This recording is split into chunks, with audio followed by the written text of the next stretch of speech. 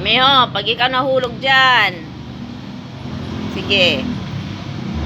Pag ikaw nahulog dyan, Miho.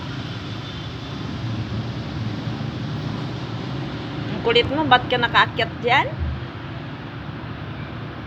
Miho.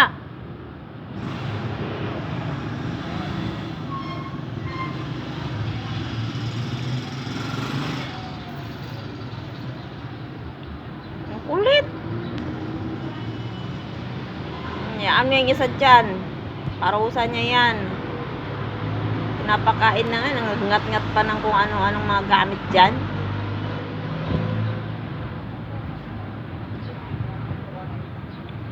Talon.